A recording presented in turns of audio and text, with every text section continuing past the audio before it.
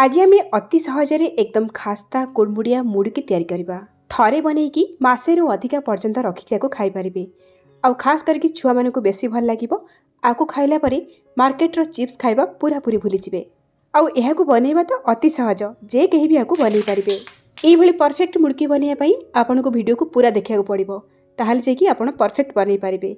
Video भल लागिले like करिवे, share करिवे। चैनल ले जदि नुआ ताहाले प्लीज सब्सक्राइब करनेबे। फेसबुक पेज रे देखुतिले फॉलो तो निश्चय करिवे।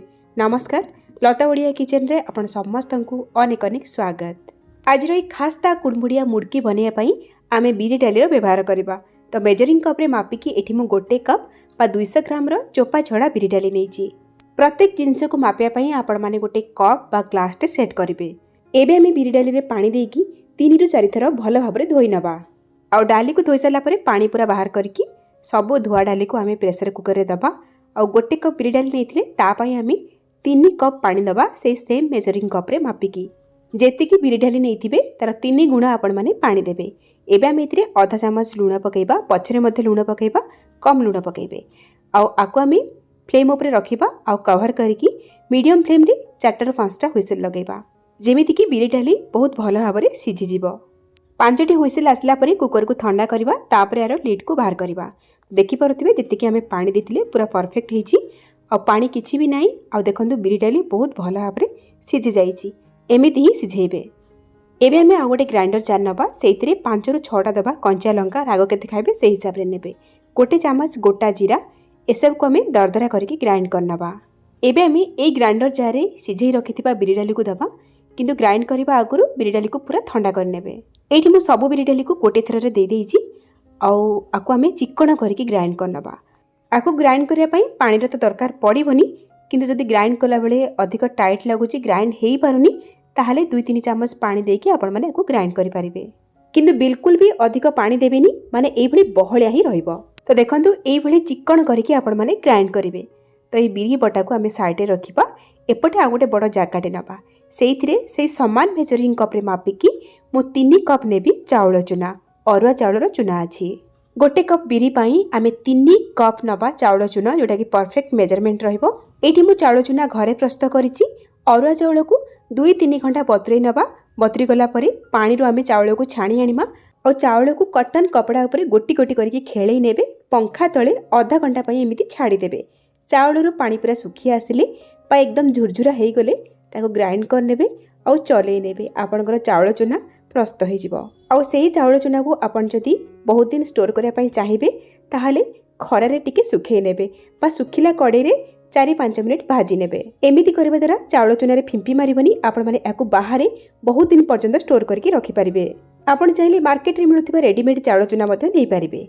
एबे आमे चाउळ चुना रे गोटे चामच दे दबा जुआणी, ता सहित गोटे चामच दबा आमे कला जीरा। आउ दे दबा एथिरे 2 बड़ चामच धड़ा राशि। आपण माने कला राशि मध्ये नै पारिबे। या सहित आमे एथिरे स्वाद अनुसार लूण पकेइबा। बिरी डाली को सिझिला बेले लूण पकेइतिले देखिकी पकेइबे। आउ 2-3 पिंच पकेइबा हेंगु फ्लेवर पाई। एबे आमे सब सुखिला जिंस को गोळेई नबा। आ मुड़की हमर एकदम खास्ता तयारी होबो। सेथि पई आमे से समान मेजरिंग कप रे मापिकी 1/4 कप नबा गरम तेल। 1/4 माने पाखापाखी 4 ରୁ 5 चामच हबो। एठी मु राइस ब्रान तेल नैछि। आपण माने रिफाइंड ऑयल मध्ये नै पारिबे। तेल गरम अछि। प्रथमे चामच रे गोळेई नबा, तापरे हाथ रे भला भाबरे चाउळ चुना सहित तेल को एई भली प्रेस करी करी आमे गोळेई नबा, जोथि पई कि चाउळ चुना रे तेलटा भला भाबरे गोळेई हि जिवो। जेहेतु एथिरे आमे सोडार बिल्कुल भी व्यवहार करिबानी, सेति पई तेल को उषुम करके देबे आ भला भाबरे गोळेइबे। गोळेई सला परे एई भली मुठा करके देखिबे। मुठा देखंतु पूरा शेप रे तयारी होउची। जानिबे चाउळ चुना रे तेलटा भला भाबरे मिसी जाईची आ मुड़की हमर एकदम खास्ता तयारी हबो। एबे आमे एई चाउळ चुना रे पूर्वरु बिरी डाली को बाटी रखिथिले ताको दे दबा आ गोळेई नबा। मु जेमति कि आपन कहिथिली जे बिरी डाली रो जो बटाटा एमिति बहळिया रखिबे, बिल्कुल भी बाटला बेले एक्स्ट्रा पानी देकी बाटिबेनी।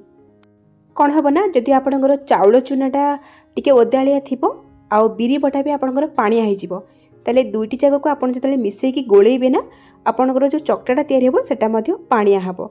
आ ताको ठीक करिया को जाई कि आपण माने पुणी चुना पकेइबे एक्स्ट्रा, जोथि पई कि आपणकर जो मुड़की तयारी हेबो सेटा टाण तयारी हेबो। तो एठी देखंतु चाउळ चुना रे बिरी डाली को देकी प्रथमे मु गोळेई सारला परे एबे मते सुखिला लागुची। एबे मु कोन करिवि 2-3 चामच पानी एमती छिंचिकी पकेइबी और चकटिबी। एकाथरे बहुत गुड़ाए पानी ढाली देबेनी, अल्प अल्प पानी देकी चकटिबे जेतिकी आपनको दरकार पड़ुची। आमे एठी जो चकटाटा तैयारी करबा ना बेसी हार्ड करबानी बा बेसी नरम करबानी मीडियम रहिबो।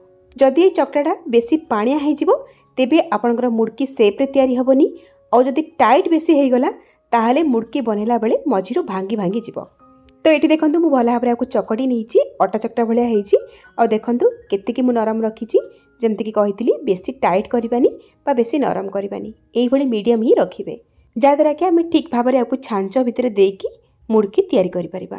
ये मुड़की बनवाई माप मु आउ थे कही नौची गोटे कप बिरी पाई आपनकर 3 कप चाउल चूनार व्यवहार हम। गोटे कप बिरी पाई 3 कप रु अधिक जदि चाउल चूना नेबे मुड़की टाण हम।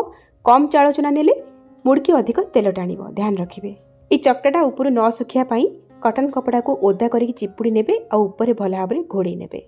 ये मुड़की की आम छांचर तैयारी करबा तो ये छांच आपन को बासनकुसन दुकान रे बा ऑनलाइन रे मध्य अति सहज रे मिल जिवो। ये मुड़की को तैयारी करबा पई आम एई भली होल वाला जाली रो व्यवहार करबा और जाली को एई भली तळ साइड रे लगे साला परे आम ये छांच भितरे भल भाव में एमती ब्रश रे तेल को लगे नबा और आम जो चकटाटा बनैथिले सेइथिरु आम अल्प किछि हाथ रे नबा और एई भली भाव में आम रोल करनबा जेमती कि आम छांच भितर ये चकटा को ठीक भाव में भरी पारिबा। जेतिकी दरकार सेतिकी चकटा नबा और बाकी चकटा को आम घोड़े की रखिबा।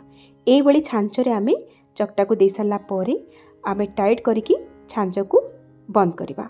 एबे चलंतु मुड़की बनैबा स्टार्ट करबा। आपण चाहिले प्लेट ऊपर हल्का टिके तेल लगे नेबे ता ऊपर मुड़की को बनैकी रखि पारिबे। आपण चाहिले मुड़की बनैया पई एई भली बटर पेपर रा मध्ये व्यवहार करि पारिबे। एठी देखंतु मु जेमती बनौची ना सेमती बनै नेबे। जदि मुड़की बनैला बेले मझिरु क्राक होची बा छिंडी जाउची जानिबे आपनकर चकटाटा टाण होईची आ टिके पानी पकेकी चकटी पारिबे। तो गोटे राउंड एई भली बुलै नै सरला परे एंड पार्ट जोटी होउची ना सेइटु आपण माने हाथ रे एमती कट कर नेबे और ताको एई भली सील कर नेबे गोटे जगह रे जोथि पई कि तेल रे पड़ला परे मुड़की आउ खोलिबनी। एई भली 4-5टी मुड़की आपण माने तैयारी कर नेबे तापरे तेल रे पकेकी सब गुडा फ्राए करेंगे आपको सुविधा हम। कड़े एपटे देखो अधिक करके तेल नहीं जमी मुड़की बुड़की छाणी हो पार। तेल को हाई फ्लेम रे गरम करवा। तेल एमती गरम हवा दरकार जमी मुड़की तेल रे पड़ू पड़ू ऊपर को किसी सेकेंड रे आसवा कथा। तेल जदि गरम हो ना आपण मैंने मुड़की पकेबे तेबे मुड़की तेल टाणिब आउ चेपटा तैयारी हम फुलबनी। एबे आम तैयारी कर रखिथिबा मुड़की को गोटे गोटे आनिकी तेल रे पकेबा। देखंतु मुड़की पड़ला माने तेल रे केते बबल्स आछी एमिति ही तेल गरम हवा दरकार। आपण चाहिले मुड़की को जाली चटु ऊपर मध्य बनै पारिबे से मध्य आपनको सुविधा लागिबो। आपनको जेमिति सुविधा लागिबो आपण माने सेही भली तैयारी करिवे। देखंतु जाली चटु को एई भली नेबे और तेल ऊपर केयरफुली छाड़िबे। देखंतु मुड़की केते सुंदर भाव में तेल रे आसीगला। गोटे थरे रे बहुत गुड़ाई मुड़की देकी फ्राए करंतुनी नहले मुड़की भांगीबार चांस अछि। और तेल रे मुड़की पकेला परे संगे संगे जाली मारिबेनी टिके तेल रे मुड़की को सेट हवा पई छाड़िबे तापरे ओलटेइबे। मुड़की पकेला बेले गैस रो फ्लेम टा हाई थिला। मुड़की पके सारा परे गैस रो फ्लेम को मीडियम को नहीं आसबे और मुड़की को एई भली ओलटै नेबे और सेही मीडियम फ्लेम रे एकदम क्रिस्पी और हल्का कलर हैला पर्यंत फ्राए कर नेबे।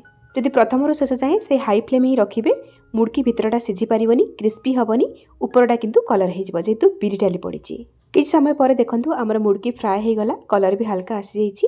जेतेबेले मुड़की हो जिवो ना तेल रे मुड़की पूरा क्लियर देखा जिवो और तेल रे जो जोर जोर से बबल्स आसथिबो ना बबल्स गुडा कमी जिवो जानिबी मुड़की भल भाव में फ्राए हो गला। एबे हम मुड़की को बाहर करनबा तेल रु आउ बाकी सब मुड़की को से सेम प्रोसेस रे तैयारी करिकी फ्राए करनबा। आपण चाहिले ई मुड़की फ्राए हो गला परे आ ऊपर बीट लूण चाट मसला लंका गुंड को छिंची पारिबे और एहा को जे कोनोसी एयरटाइट कंटेनर रे भरिकी गोटे मास रो अधिक पर्यंत रखिकी खाई पारिबे। बिरी चावल मुड़की एठी रेडी हो गला। आपण माने मध्य वीडियो रे दिया सब टिप्स और ट्रिक्स को फॉलो करंतु। ए मुड़की बनातु केमिति लागिला आपनको अनुभूति मो सहित शेयर करंतु। तले आज पई रोची पुणी आसीबी आ गोटे नवा रेसिपी नेकी से पर्यंत रहिली। नमस्कार बाय जय जगन्नाथ।